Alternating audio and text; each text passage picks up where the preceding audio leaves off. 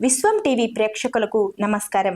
ఈరోజు మనం జియాపూర్ ప్రాంతంలో ఉన్న విశ్వబ్రాహ్మణ గురుపీఠమైన పాపాగ్ని గురుపీఠం గురించి తెలుసుకుందాం.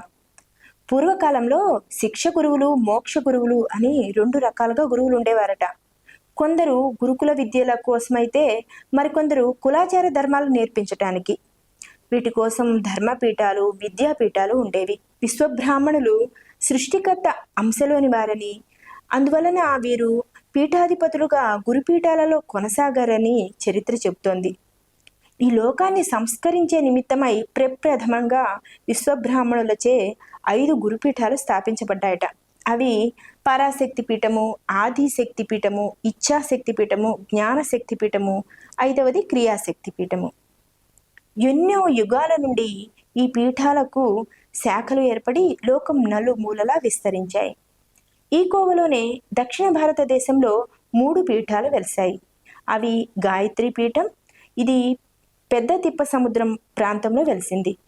రెండవది సావిత్రి పీఠం, ఇది చౌడైపల్లి నందికొండ ప్రాంతంలో వెలిసింది. ఇక మూడవది సరస్వతి పీఠం, ఇది పూనా ప్రాంతంలో వెలిసింది. ఇక ఇప్పటి విషయానికి వస్తే తెలంగాణ ప్రాంతంలో హైదరాబాద్లోని జియాగూడలో శ్రీ కామాక్షి అమ్మవారి శ్రీ నందికొండ పాపాగ్ని గురుపీఠం ఉంది. ఈ పీఠం దాదాపు 400 సంవత్సరాల పైబడి కొనసాగుతోంది. దీనికి శ్రీ శ్రీ శ్రీ పాపరాయ గురుస్వాముల వారు పీఠాధిపతులుగా ఉన్న సమయంలో అప్పటి నిజాం ప్రభువు అసఫ్ షా జాహీ ఈ గురువును పరీక్ష చేయాలని అనుకున్నట్ట. మీ మహత్యం తెలుసుకోవాలనుకుంటున్నాను, అనుమతిస్తారా గురువుగారు అని అభ్యర్థించాడట. పీఠాధిపతులు అనుమతి ఇచ్చారు. నిజాం ప్రభువు ఒక పెద్ద పళ్ళెంలో బంగారు నాణ్యాలు, ఆభరణాలు తెచ్చి స్వామివారి ముందుంచి వీటిని అగ్ని లేకుండా కరిగించి ద్రవంగా మార్చమన్నట్ట. దానికి ఆ పీఠాధిపతులు చిరునవ్వు నవ్వి కమండలంలోని నీటిని మంత్రించి ఆభరణాలపై చల్లేసరికి అవన్నీ పాదరసంలా మారిపోయాయట. నిజాం ప్రభువు ఆశ్చర్యపోయి ఇంకొకసారి పరీక్షించాలనుకున్నట్ట. ఆ స్వామిని ముచుకుందా నదీ తీరానికి తీసుకువెళ్ళి అక్కడ ఒక పెద్ద గొయ్యి తవ్వించి పీఠాధిపతుల వారిని అందులోకి పంపించి పైన ఒక పెద్ద బండరాయిని మూత పెట్టించాట. 3 రోజుల తర్వాత నిజాం ప్రభువు కలలోకి వచ్చి, ఇంకా ఎన్నాళ్ళు నన్ను ఇక్కడ ఉంచుతావు, మరి నా శిష్యులు క్షేమంగా ఉన్నారా లేదా అని అడిగారట నిజాం ప్రభువుని. అంతే, మరునాడు ఉదయం తన తప్పు తెలుసుకుని ఆ ప్రాంతానికి వచ్చి అక్కడ ఉన్న బండరాయిని తొలగించేగా స్వామివారు యోగ నిద్రలోంచి మెల్లగా కళ్ళు తెరిచి చూశారట. అప్పుడు నిజాం ప్రభువు ఆ మహత్యాన్ని కళ్ళారా చూసి ఆశ్చర్యచకితుడై, గురూజీ ఆప్ జియే గయే అని చాలాసార్లు పెద్దగా అరిచాడట. ఆ సమాధి నుంచి సజీవులుగా దర్శనమిచ్చిన గురుపీఠాధిపతులను చూసి నిజాం ప్రభువు ఉర్దూలో జియా అనే పదం వాడాడు కాబట్టి ఆ ప్రదేశానికి జియాగూడ అనే పేరు వచ్చిందట. తరువాత నిజాం ప్రభు తన తప్పుని మన్నించమని వేడుకొని వారిని పూజించి ఒక పెద్ద అంబారీపై పట్టణమంతా ఊరేగించాడట. ఆ ప్రాంతంలో ఒక ఆశ్రమం ఏర్పరిచి లిఖితపూర్వకంగా 1196వ సంవత్సరంలో శాసనం కూడా వేయించాడట. అక్కడే కామాక్షి దేవి ఆలయం కూడా కట్టించారట. పాపాగ్ని పీఠం అనే నామంతో ఆశ్రమం వెలసింది ఇక్కడ ఆ పీఠాధిపతులను ఉంచిన సమాధిని నేటికి మనం దర్శించవచ్చు. ఇక్కడ ఇంకొక విశేషం కూడా ఉంది. ఆ సమాధిపై ఎవరైనా పొరపాటున కూర్చుంటే వెంటనే కింద పడిపోతాడట. ఇది జీవ సమాధి కనుకనే ఆ మహత్యం ఉందని భక్తులు నమ్ముతారు.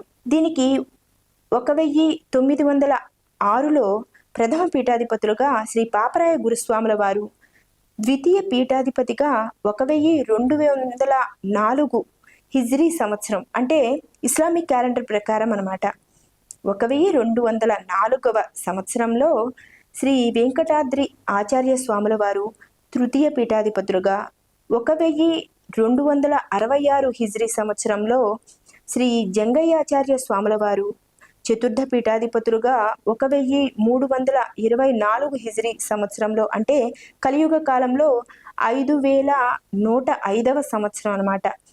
అప్పుడు శ్రీ కనకాచార్య స్వాముల వారు పంచమ పీఠాధిపతులుగా, 1987వ సంవత్సరంలో శ్రీ జగదీశ్వరాచార్య స్వాముల వారు, అనంతరం షష్టమ పీఠాధిపతులుగా శ్రీ కనకాచార్య గురుస్వాముల వారు ప్రస్తుతం కొనసాగుతున్నారు. వీరు పంచమ పీఠాధీశుల దౌహిత్రులు అంటే కూతురి కొడుకు అన్నమాట. 1908 శాలివాహన శకంలో, అంటే ఇప్పటి క్యాలెండర్ గ్రెగోరియన్ క్యాలెండర్ ప్రకారం 1986వ సంవత్సరంలో వీరు పంచమ పీఠాధిపతులుగా నియమితులయ్యారు. వీరిప్పుడు పీఠాధిపతులుగా కొనసాగుతున్నారు. వీరు కామాక్షిదేవి ఉపాసకులు. నిజాం ప్రభువు ఈ పాపాగ్ని పీఠాధిపతుల వారి వంశ పారంపర్యంగా గురుపీఠాధీశులుగా కొనసాగే అధికారాన్ని శాసన పత్రాల ద్వారా లిఖించి ఇచ్చారు. వారి దగ్గర ఇప్పటికీ ఆ శాసన పత్రాలు ఉన్నాయి. ఈ పీఠంలో మనం మరికొన్ని విశేషాలను గమనించవచ్చు. దేశం మొత్తం మీద అత్యంత మహిమాన్వితమైన 3 శ్రీచక్రాలలో ఒక శ్రీచక్రం ఇక్కడ ఉన్నది. అలాగే ఈ పీఠంలో స్ఫటిక శివలింగం ప్రత్యేక విశిష్టతను సంతరించుకొని భక్తులను విశేషంగా ఆకర్షిస్తోంది. దర్శన మాత్రం చేతనే మనోక్లేశాలు తొలగిపోతాయని ఇక్కడి భక్తుల నమ్మిక. ఈ ఆలయంలో దేవీ నవరాత్రులు, విశ్వకర్మ సాకార జయంతి, పంచఋషుల జయంతులు, పాపాగ్ని పీఠ పూజా విధానం, గురుస్వాముల ఆరాధనోత్సవాలు అత్యంత వైభవోపేతంగా జరుగుతుంటాయి.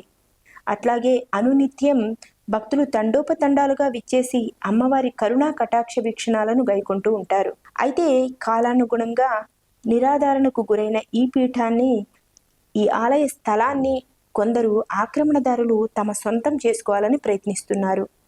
ఇంతటి మహోన్నతమైన ఈ గురుపీఠాన్ని పునరుద్ధరణ గావించవలసిన అవసరం ఎంతైనా ఉంది. దీనికి పూర్వ వైభవం తీసుకురావాలంటే ఏం చేయాలి అని ఇక్కడ వారు ఎంతోమంది ఆలోచిస్తున్నారు. ఇందుకు భక్తులు, ప్రజలు పూనుకోవాలని, ముఖ్యంగా విశ్వబ్రాహ్మణ జాతి ఈ విషయంలో ముందడుగు వేసి మేలుకోవాలని, తమ జాతి గొప్పతనాన్ని, గౌరవాన్ని నిలబెడుతూ ఈ పీఠానికి పూర్వ వైభవాన్ని తిరిగి తీసుకురావడానికి నడుంబిగించాల్సిన అవసరం ఎంతైనా ఉందని పలువురు అభిప్రాయపడుతున్నారు. ఈ గురుపీఠ స్థాపన ఏ విధంగా జరిగింది అనే విషయాన్ని కల్వకోలు గ్రామం, పెదకుంటపల్లి మండలం, కొల్లాపూర్ తాలూకా, నాగర్ కర్నూలు జిల్లా వాసి బ్రహ్మశ్రీ నారాయణదాసు శ్రీ రామాచార్యులు గారు విశ్వబ్రాహ్మణ గురుపీఠములు అనే పుస్తకం ద్వారా ఈ చరిత్రను మొత్తం లిఖితపూర్వకంగా తెలియజేశారు. ఈ పుస్తకం మనకి పీఠంలో దొరుకుతుంది. దీనిని భక్తులు చదివి ఈ గురుపీఠం యొక్క చరిత్రను, మహత్యాన్ని తెలుసుకోవచ్చు. కామాక్షి అమ్మవారి దేవాలయంలో వెలసినటువంటి ఈ గురుపీఠం గురించి ప్రస్తుతం ఇక్కడ ఉన్న శ్రీ శ్రీ శ్రీ కనకాచారి గురుస్వాముల వారు ఏమంటున్నారో మనం వారి మాటల్లోనే విందాం రండి. ఓం విశ్వకర్మ సమారంభాం పాపారాయచార్య మధ్యమాం అస్మదాచార్య పర్యంతాం వందే గురు పరంపరాం. నమో విశ్వకర్మణి. శివనేత్రే నిమిల్యైవ ధృతకాత్యాయనీ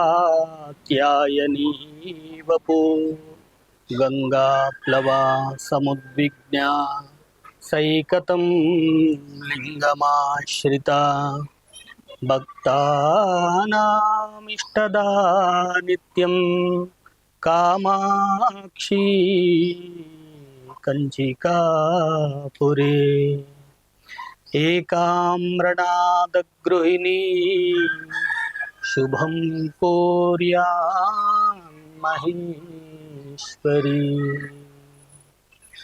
నమో విశ్వకర్మనే అండి. మన పీఠం పారంపర్యంగా అంటే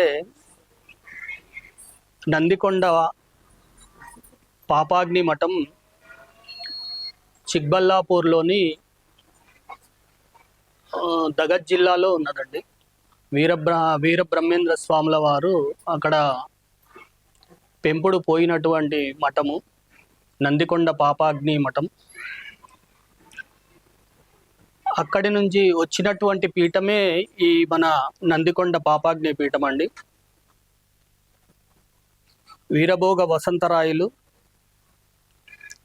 వారి పారంపర్యంగా ఇందులో గాయత్రి, సావిత్రి, సరస్వతి, శచి, సంజ్ఞా పీఠాలని మన విశ్వకర్మలకు 5 పీఠాలు, మన మూల పీఠాలు, మన భారతదేశంలో 5 పీఠాలు. ఈ గాయత్రి, సావిత్రి, సరస్వతి పీఠాలు మన దక్షిణ భారతదేశంలో ఉన్నాయండి ప్రస్తుతం. ఇక్కడ శచి, సంజ్ఞా పీఠాలు వచ్చేసి అక్కడ నార్త్ సైడ్ ఉన్నాయి ఆ పీఠాలు వచ్చేసి. ఆ పీఠాలలో మనది ఇది సావిత్రి పీఠం. ఈ సావిత్రి పీఠం అనేది ఫస్ట్ మొదలు చిక్బల్లాపూర్లోని నందికొండ పాపాగ్ని పీఠం. ఆ పీఠము పారంపర్యంగా విలసిల్లుతూ అక్కడ బ్రహ్మంగారు అక్కడే కొద్ది కాలం పాటు పెరిగి అక్కడి నుంచి కందిమల్లేపల్లి చేరుకున్నాడు. అక్కడి నుంచి వచ్చినటువంటి పీఠం శ్రీ పాపరాయ నందికొండ పాపాగ్ని పీఠాధ్యక్షులైనటువంటి పాపరాయ గురుస్వాములు 1169లో పాపరాయ గురుస్వాములు ఇక్కడ విచ్చేశారండి. మన ఆంధ్ర తెలంగాణ సంచార నిమిత్తమై ఇక్కడ వారు వేంచేస్తున్న తరుణంలో ఇక్కడ అప్పటి నిజాం రాజు వారిని అడ్డుకొని, మీరు ఎవరు ఇక్కడ ఇంత వైభవోపేతంగా వీరిని గురువు గారిని వెళ్తున్నారు ఎవరు అని అడిగితే, అందులో ఒకరు విశ్వబ్రాహ్మణులకు కులగురు అయినటువంటి నందికొండ పాపాగ్ని పీఠాధ్యక్షులైన పాపరాయ గురుస్వాములని వాళ్ళతో చెప్పారండి. చెప్తే వారిని పరిశీలించాలని చెప్పేసి, ఈ గురువులు అంతటి మహానుభావులైతే వారిని మేము పరీక్ష చేయదలుచుకున్నామని చెప్పేసి వారిని అడ్డగించి, మీరు అంతటి గురువులే అయితే ఇక్కడ మేము చెప్పినటువంటి పరీక్షలకు మీరు నిలబడితే మిమ్మల్ని గురువుగా భావిస్తామని చెప్పేసి వారికి ఒక చిన్న పరీక్ష పెట్టడం జరిగిందండి. అప్పుడు వారిని విశ్వబ్రాహ్మణుల వారి శిష్యులందరూ వారిని అంబారిపై తీసుకొని వెళ్తుంటే వారిని అడ్డగించి వారిని ఈ విధంగా ప్రశ్నించిండు అనమాట. అప్పుడు ఆ గురువు గారు, మీరు ఏదైతే పరీక్ష పెట్టదలుచుకున్నారో దానికి మేము సిద్ధులమై ఉన్నామండి అని చెప్పేసి వారికి చెప్పడం జరిగిందండి. అప్పుడు ఇదే ప్రాంతంలో నిజాం రాజు ఒక పెద్ద గొయ్యిని త్రవ్వించి ఆ గోతిలో ఆ శ్రీవారిని పాపరాయ గురుస్వాముల వారిని అక్కడే ఆ మట్టిలో పాతిపెట్టి పైన ఒక బండరాయిని మూసి, ఇందులో మీరు ఒక 3 రోజులు ఉన్నట్టయితే మళ్ళా లేచి బతికినట్టయితే మిమ్మల్ని గురువులు అని చెప్పేసి మేము భావిస్తాము అని చెప్పేసి వారికి ఆ యొక్క పరీక్ష పెట్టడం జరిగిందండి. అలాగే కానివ్వండి అని చెప్పేసి అందులో ఒక గుంత తవ్వి ఆ గుంతలో ఆ గురువుల వారిని కూర్చుండబెట్టేసి పైన ఒక బండరాయిని పెట్టేసి వారు వెళ్ళిపోయారు. వెళ్ళిపోయిన తర్వాత 3 రోజులకు ఆ రాజుకు స్వప్నమున ఈ గురువుగారి సాక్షాత్కారం కలిగించి, ఓ రాజా, నాకు ఇప్పుడు ఎన్ని రోజులు ఇలా నన్ను ఆ గోతిలోనే పూడ్చి ఉంచుతావు అని చెప్పేసి రాత్రికి కలలో వచ్చి చెప్పాడు. చెప్తే తెల్లారనే ఆ రాజు ఇక్కడికి విచ్చేసి ఆ బండరాయిని తీసి చూడగా ఆ గురువు గారు తక్షణమే కన్ను తెరిచి చూసిండు. చూసేసరికి అరే గురూజీ జియా అని చెప్పేసి ఆ రాజుగారు అప్పుడు అనడం జరిగింది. అంటే జియా అంటే హిందీలో ఉర్దూలో బతికిండు అనే అర్థం వస్తుంది. బ్రతికిండు అని అంటే అప్పటి నుంచి ఇప్పటి వరకు దానికి ఈ జియా అనే పదము జియాగూడగా మారిందండి. అప్పుడు వారి సంస్థానానికి తీసుకెళ్ళి రాజుకి గురువు గారికి ఇంకా వేరే పరీక్షలు కూడా పెట్టాడండి.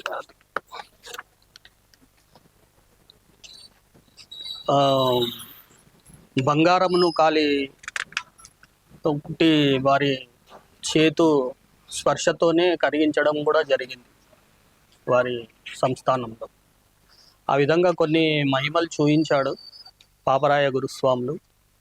పాపరాయ గురుస్వాముల వారి కుమారుడు వెంకటాద్రి గురుస్వాములు.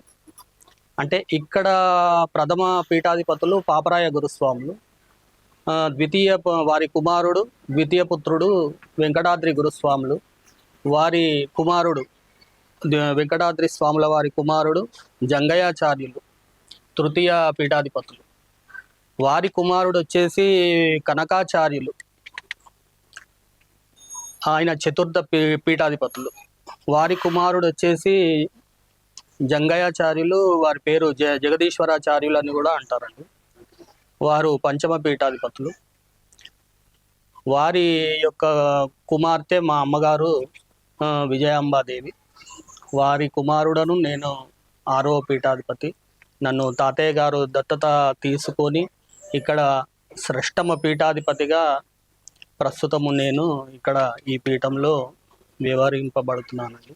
అంతేకాక ఆ రాజు అలా ఆ గురువు గారికి ఇచ్చినటువంటి శాసనాలు కూడా ఇప్పటికీ ఉన్నాయండి. ఇప్పటికీ చెక్కు చెదరకుండా ఈ శాసనాలు ఇప్పటికీ ఉన్నాయి. వాళ్ళు ఇక్కడ ఏది మన విశ్వబ్రాహ్మణుల కుల గురువులుగా ఇక్కడ వ్యవహరింపబడాలి. మీరు మా రాజ్యంలోనే ఉండి మా రాజ్యాన్ని ఎటువంటి ఆపదలు రాకుండా చూసుకోవాలని చెప్పేసి ఇక్కడనే ఈ గుడి నిర్మింపజేసి వీరికి ఇదే కాకుండా ఇక్కడ స్థలం కూడా ఒక మినిమం 1 కిలోమీటర్ అంత వ్యాసంలో ప్లేస్ కూడా రాసిచ్చి ఇక్కడే ఉండమని చెప్పేసి ఈ పీఠాన్ని ఇక్కడే ప్రతిష్ఠింపజేసిండ్రండి. ఇవే ఆ శాసనాలు అండి, వాళ్ళు రాసిచ్చిన శాసనాలు. ఇవి ఒరిజినల్ శాసనాలు అప్పటివి. ఇదేమో ఫస్ట్ పాపరాయ గురుస్వాములు ఫస్ట్ తీసుకున్నటువంటిది. ఇది తెలుగులో, కింద తెలుగులో ఉంది, పైన ఉర్దూలో ఉంది. ఇదేమో ఉర్దూలో ఉంది. మళ్ళీ దాని తర్వాత వెంకటాద్రి స్వాముల వారు కూడా మరి ఇంకో పత్రం కూడా వారి హయాంలో వారు కూడా ఒక పత్రము తీసుకోవడం జరిగింది. మళ్ళీ ఆ తర్వాత కనకాచార్య స్వాముల వారి హయాంలో కూడా ఇంకో పత్రం కూడా తీసుకోవడం జరిగిందండి. అంటే వీరు విశ్వబ్రాహ్మణులకు కుల గురువులే కాకుండా వాళ్ళు వచ్చినప్పుడు, ఆ గురువులు వచ్చినప్పుడు వారికి ఎటువంటి సదుపాయాలు కావాలనో విశ్వబ్రాహ్మణులకు వీళ్ళు సభాపతులను ఏర్పాటు చేసి ఆ సభాపతుల ద్వారా వారి శిష్యులను గురువు గారికి ఎటువంటి ఆటంకాలు లేకుండా గురువు గారిని మంచిగా వారి పాద పద్మాలకు వారి యొక్క ఆశీస్సులు తీసుకొని వారిని మీరు గురువుగా ఎప్పుడు ఇది చేయాలని చెప్పేసి అలా చెప్పి శాసనంలో కూడా ఉన్నదండి. ఆ విధంగా ఉన్నది. ఇక అదే కాకుండా ఇక వారు సంచారం చేసినటువంటి ఇవి వారి పత్రాలండి. వారు అప్పటి నుంచి వాళ్ళు సంచారం చేసినటువంటి వాళ్ళు ఎక్కడెక్కడ తిరిగినాయో ఇవే కాకుండా మనకు ఒక రూమ్ నిండా పెట్టె నిండా ఉండేనండి ఇవన్నీ.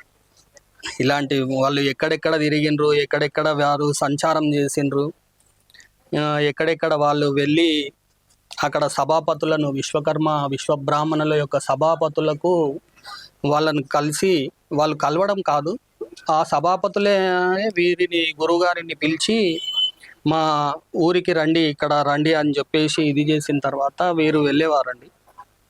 వీరికి గుర్రపు బండ్లు, ఎడ్ల బండ్లు ఉండేవి.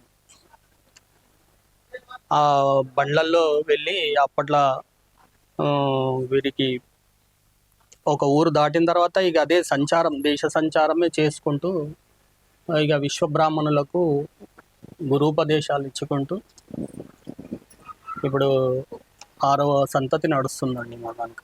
ఇప్పటి వరకు కూడా ఇంకా వస్తూనే ఉంటారు. అప్పటి సభాపతులు వాళ్ళు అంటే మన విశ్వబ్రాహ్మణులు ఏదన్నా ప్రాబ్లమ్స్ వచ్చినప్పుడు సభాపతుల దగ్గరికి వెళ్ళేవారండి.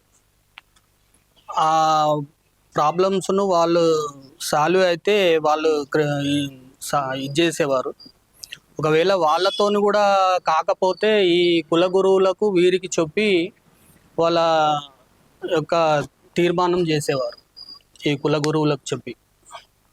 ఇప్పుడు అలాంటి సభాపతులు అలాంటి ఇది అన్నట్టు ఏమీ లేదనుకోండి ఇప్పుడు ప్రస్తుతం. ఇప్పుడు దీనికి వచ్చేసి ఇంకో విషయం అండి, మన విశ్వబ్రాహ్మణ కుల గురువులు అని చెప్పేసి, గురుపీఠాలు అని చెప్పేసి నారాయణ దాసు రామాచార్యులు గారు చాలా శ్రమ కోర్చి ఆయన ఈ పంచపీఠాలు ఎక్కడెక్కడ ఉన్నాయో, గాయత్రి, సావిత్రి, సరస్వతి, శచి, సంజ్ఞా పీఠాలు ఎక్కడెక్కడ ఉన్నాయో అవన్నీ వెతికి వాటి యొక్క చరిత్రను పూర్తిగా ఇది చేసుకొని రాసినటువంటి గ్రంథం అండి ఇది. వారు చాలా శ్రమ కోర్చి ఈ గ్రంథం రచించారు. మన విశ్వబ్రాహ్మణుల కుల గురువులు అని చెప్పేసి ఈ గ్రంథము రచించిండ్రు. వారు వారికి వారి ఆత్మకు మంచి శాంతి చేకూరి వారిని మంచి ఉంచాలి అమ్మవారు అని చెప్పేసి కోరుకుంటున్నాను. ఈ గురుపీఠం యొక్క వంశవృక్షం అంటే నేను వేరేది కొత్తది రాసి పెట్టానండి, ఇది పాతది. వీరపాపమ్మ వరపుత్రిక, వీరభోజయాచారి వీరపాపమ్మ వారి ఇది సంతతి అన్నమాట. ఇక్కడి నుంచి వీరభోగ వసంతరాయలు వారి కుమారుడు వచ్చేసి కుమారస్వామి, ఆయనకు 5 కుమారులు. ఇక్కడ ఫస్ట్ సంతతి దక్షిణామూర్తి గారి కొడుకులు ఈ పాపరాయ గురుస్వాములు. ఇప్పుడు నేను చెప్పినటువంటి ఈ చరిత్రలోని పాపరాయ గురుస్వాములు అక్కడి నుంచి వచ్చినటువంటి పీఠాధిపతి పాపరాయ గురుస్వాములు. వారిదే సజీవ సమాధి ఇక్కడనే ఉందండి. వారి యొక్క సంతతి వారి కుమారుడు వెంకటాద్రి స్వాముల వారు, వారి కుమారుడు జంగయాచార్యులు, వారి కుమారుడు కనకాచార్య గురుస్వాములు, వారి కుమారుడు జంగయాచార్యులు అంటే జగదీశ్వరాచార్యులు, వారి కుమారుడు ఇప్పుడు నేను దత్తపుత్రుడను కనకాచార్యులు. ఇప్పుడు నా కుమారులు, నాకు 2 కుమారులు. ఒకరు ప్రస్తుతము అంటే ఇప్పుడు ఆయన పెద్ద బాబు దేవి ప్రసాదాచారి, చిన్న బాబు జగదీశ్వరాచారి. ప్రస్తుతము మా పెద్ద బాబు దేవి ప్రసాదాచారి ఇక్కడ ఆయన కూడా పూజల నిమిత్తమై బయటికి వెళ్తుంటాడు, ఇక్కడ పూజలు కూడా చేస్తుంటాడు. ఇది వంశవృక్షం. ఇంకో విషయం ఏంటంటే మన విశ్వబ్రాహ్మణులు కొద్దిగా గమనించవలసిన విషయం ఏమిటంటే ఈ గుడి చాలా శిథిలావస్థకు వచ్చిందండి. నా యొక్క అభిప్రాయం ఏంటంటే మన విశ్వబ్రాహ్మణులే ఈ గుడిని కొద్దిగా పట్టించుకొని దీన్ని మన విశ్వబ్రాహ్మణులే ముందుకు తీసుకెళ్లాలని నా యొక్క అభిప్రాయం అండి. వేరే వాళ్ళు ఎంతోమంది ఇక్కడికి వచ్చి మేము డెవలప్ చేస్తామని అంటున్నారు, కానీ వాళ్ళతోని నాకు కొద్దిగా చేయించడం అంతగా ఇష్టం లేదండి. కానీ అందరూ మన విశ్వబ్రాహ్మణులు ఆంధ్ర తెలంగాణ ఎక్కడున్నా వాళ్ళు మన అమ్మవారి దగ్గరికి ఇచ్చేసి, మన అమ్మవారు కామాక్షి అమ్మవారు ఎలా అంటే ఆమె కోరిన కోరికలు తీర్చే తల్లి. ఎవరి కోరికలు ఎలా ఉన్నా కానీ ఆమె వాళ్ళ కోరికలను తీరుస్తూ ఉంటుంది. అందుకనే చాలామంది వాళ్ళ కోరికల నిమిత్తమే చాలామంది వస్తారు ఇక్కడ. వేరే కులస్తులు కానివ్వండి, మన విశ్వబ్రాహ్మణులే కానివ్వండి, వచ్చి అమ్మవారిని వేడుకొని వాళ్ళ యొక్క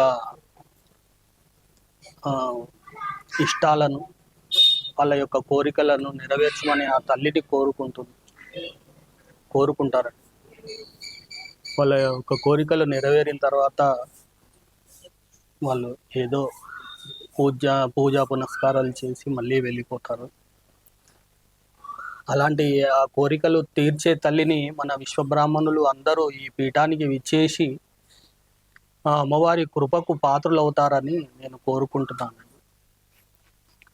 ఓం శన్నో మిత్రశం వరుణః శన్నో భవత్తర్యమాం శన్న ఇంద్రో బృహస్పతిః శన్నో విష్ణోరురుక్రమాం నమో బ్రహ్మణే నమస్తే వాయో త్వమేవ ప్రత్యక్షం బ్రహ్మాసి త్వమేవ ప్రత్యక్షం బ్రహ్మ వదిష్యామి వృతం వదిష్యామి సత్యం వదిష్యామి తన్మామవతు తద్వక్తారామవతు అవతు మాం అవతు వక్తారం. ఓం శాంతి శాంతి శాంతి. ఓం శ్రీ మాత్రే నమః. శ్రీ కామాక్షి దేవి అయి నమః. నా చిన్నతనం నుండి అయినా కానీ అమ్మ నాయనంబడి సంచారం తిరిగిన నేను. వాళ్ళు చేసే పనులు, వాళ్ళు చేసే పూజా విధానాలు మేము ఎట్లా చేయాలనో అట్లా. నా చిన్నతనం అంటే చాలా చిన్నదాన్ని, నేను ఇక్కడనే పుట్టినా, ఇక్కడనే పెద్దగా అయినా. నేను వాళ్ళు చేసే విధాయకాలు చూసి ఇప్పటికీ మా బాబుకు చెప్పినా ఆయన అట్నే చేసుకుంటూ వస్తున్నాడు.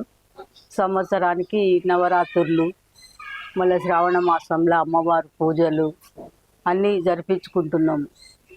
అందరికీ కోరిన కోరికలు నెరవేర్చే తల్లి ఆమె కంచి కామాక్షమ్మ. అదే విధంగా ఇప్పటికీ చేసుకుంటూనే ఉన్నాము. వచ్చేటోళ్ళు భక్తులు వస్తారు, సంవత్సరానికి ఒకసారి వాళ్ళు కూడా వస్తారు, నడుమ కూడా వచ్చిపోతూనే ఉంటారు వాళ్ళు వీళ్ళు. ఇప్పటికైతే ఇక మేము ఇంతవరకు చేసుకుంటూ వస్తున్నాము. ఇక మీరు కూడా అంతా ఎవరన్నా వచ్చేటోళ్ళు ఉంటే రావచ్చు, అమ్మవారికి సేవకు రావచ్చు, చూడవచ్చు, పూజలు కూడా చేసుకోవచ్చు. నమస్తే అండి. శ్రావణ మాసం అండి. శ్రావణ మాసంలో పసుపు కుంకలు పంచుతారండి. మళ్ళీ అది శనగలు పంచుతారు. వాళ్ళ కోరికలు నెరవేరగానే మళ్ళీ సంవత్సరం వచ్చి అమ్మవారికి బియ్యం పోయడం, మళ్ళీ దేవుడికి బట్టలు పెట్టుకోవడము, పసుపు కుంకలు పంచుకోవడము, వాళ్ళ కోరికలు నెరవేరుతాయండి తప్పకుండా. అమ్మవారి కృప వల్ల వాళ్ళ కోరికలన్నీ నెరవేరుతాయి. మళ్ళీ దసరా నవరాత్రులు వస్తాయి కదండి, అప్పుడు చాలా బాగుంటుందండి. 9 రోజులు మంచిగా అమ్మవారికి ఘనంగా పూజలు అన్నీ జరుగుతాయి, బాగుంటుంది. మళ్ళీ బ్రహ్మంగారి ఆరాధన అవుతుంది. ఇంకా అన్నీ వస్తుంటారండి. చాలా అసలు అమ్మవారి కృప చాలా ఉంటుంది. ఆమె చాలా అన్ని కోరికలు నెరవేరుతాయండి. మంచి అన్ని కోరికలు నెరవేరుతాయి. బోనాల సందర్భంలో బోనాలు, ఆషాఢ మాసం బోనాలు కూడా బాగుంటాయి. తెచ్చి అందరు వస్తుంటారు జనాలు. మంచిగా అన్ని కోరికలు నెరవేరుతాయి. కామాక్షి కృప ఆమె చాలా అందరి మీద ఉంటుంది, మన అందరి పైన ఉంటుంది. ఈ పాపరాయ స్వాముల వారిది ఆషాఢ శుద్ధ ఏకాదశి పీఠం పూజ ఉంటుంది. మళ్ళీ అప్పటి నుంచి కూడా ఈ ఔషధాలు కూడా ఇచ్చేది ఉన్నది. కొంచెం సోరియాసిస్, మళ్ళీ పసకలని, లేకపోతే ఇది ఇంకేంటి థైరాయిడ్, వీటికి కూడా మందులు ఇస్తారు. అప్పటి నుంచి కూడా ఉంది. ఇది చాలామంది వస్తూ పోతూనే ఉంటారు. ఈ చిన్నపిల్లలకి కూడా ఆరోగ్యాలు బాగాలేకుంటే కూడా తాయితలని, మంత్రాలని చాలా పనిచేస్తుంది. చాలామంది వస్తూ పోతూనే ఉంటారు. ఇక అందరి మీద అమ్మవారి దయ అయితే ఉన్నది. అందరికీ మంచిగానే అవుతుంది. ఇక్కడ వచ్చినాక కూడా అందరు మంచిగానే వస్తుంటారు, పోతుంటారు అందరు. సరే, శ్రీమాత్రే నమః అండి. నేను ప్రతి వారం ఇక్కడ దేవాలయానికి వస్తూ ఉంటాను. ఇక్కడ పీఠాధిపతిగా శ్రీ కనకాచార్య స్వాముల వారు వచ్చేసి మా మేనమామ గారు అవుతారు. సో నేను చిన్నప్పటి నుంచి ఇక్కడే పెరిగాను, ఇక్కడే ఉన్నాను. కాబట్టి ఇక్కడ గుడి గురించి విశిష్టత చాలా ఎంతోమంది నోటి మాట వెంట విన్నాను. చాలామంది ఎంతోమంది కోరికలతోటి ఇక్కడ గుడికి వస్తారు. వచ్చి అమ్మవారిని దర్శించుకొని ఆ కోరికలు తీరిన వాళ్ళు కూడా చాలామంది ఉన్నారు. ఆ కోరికలు తీరిన తర్వాత వచ్చి అమ్మవారికి శ్రావణ మాసంలో పసుపు కుంకుమలు సమర్పించడము, వస్త్రాలు సమర్పించడము, అవే కాకుండా ఇంకా నవరాత్రి సందర్భంలో అమ్మవారికి ఘనంగా 9 రోజులు అతివైభవంగా పూజలు జరుపుతారండి. ఆఖరి రోజు వచ్చేసి అమ్మవారి సేవా కార్యక్రమం అని చెప్పి మొత్తము మన ఏరియా మొత్తము అమ్మవారి ఊరేగింపు వెళ్తుందండి చాలా ఘనంగా. అదే కాకుండా ఇక్కడ వారసత్వంగా గురుపీఠమే కాకుండా ఈ భజన కార్యక్రమాలు కూడా వారి వారసత్వంగానే, వాళ్ళ తండ్రుల వారసత్వంగానే ఇక్కడ వస్తుందండి. అదే కాకుండా ఇక్కడ అన్ని పండుగలప్పుడు కూడా ఘనంగా పూజలు నిర్వహిస్తారండి. ఇక్కడ మరి కొంతమంది వివాహాలు కానివారు కానీ ఇంకా వేరే దోషాలు ఉన్నవారు కూడా ఇక్కడ స్థల ప్రభావం వల్ల ఇక్కడ హోమాలు కానీ శాంతులు కానీ అన్నీ నిర్వహించుకున్న తర్వాత వారికి త్వరలోనే 2 months 3 months గ్యాప్లోనే వాళ్ళకు ఆ ప్రాబ్లం సాల్వ్ అయ్యి వివాహాలు కావడం కానీ ఇంకా వేరే ఏ ప్రాబ్లం ఉన్నా సాల్వ్ అయ్యి వాళ్ళు మళ్ళీ వచ్చి వాళ్ళ ప్రాబ్లం సాల్వ్ అయిందని అమ్మవారిని దర్శించుకొని, గురువుల వారిని దర్శించుకొని వెళ్ళిపోతారండి. మేము కూడా ఇక్కడ ఎవ్రీ వీక్ వస్తూనే ఉంటాను. ఇక్కడనే అమ్మవారిని దర్శనం చేసుకొని ఇక్కడే ఉంటాను. ఇక్కడ ముందుగా విశ్వం టీవీ ప్రేక్షకులకు నమస్సుమాంజలి. ఈ సృష్టికర్త అయిన విశ్వకర్మ భగవానుడు ఈ సృష్టిని మొదలుపెట్టిన నాటి నుంచి అన్ని చోట్ల తాను ఉండలేక గురుపీఠాలను స్థాపన చేశారు.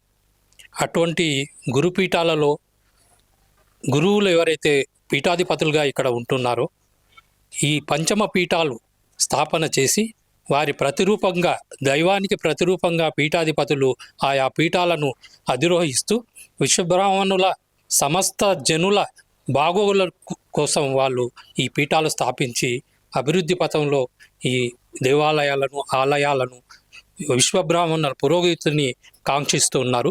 వారు ఆయా కార్యాలు ఏవైతే ప్రజలు కోరుకుంటున్నారో, ఏవైతే మంచి కోసం, ప్రజల కోసం వారి దీవెనలు అందిస్తూ వారిని మంచి వైపు, పురోగతి వైపు మళ్లించడానికి గురువులు ప్రయత్నం చేస్తున్నారు. అటువంటి ఈ పంచమ పీఠాల్లో ఇది పాపాగ్ని పీఠం ఇక్కడ స్థాపన చేయబడింది.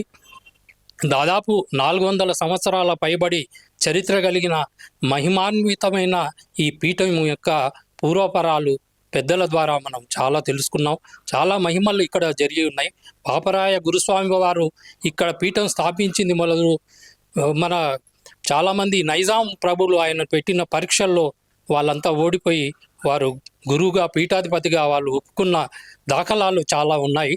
కాకపోతే రాను రాను ఈ పీఠాలను మన వాళ్ళు విశ్వకర్మలు కానీ ఇతరులు కానీ ఆదరణ తగ్గిపోయింది. ఇంత మహిమాన్వితమైన ఈ పీఠాన్ని ఆదరించాల్సిన ఆవశ్యకత ఎంతో ఉంది. ఇక్కడ విశిష్టత ఏంటంటే కంచి కామాక్షి అమ్మవారు స్వయంభుగా ఇక్కడ వెలిశారు.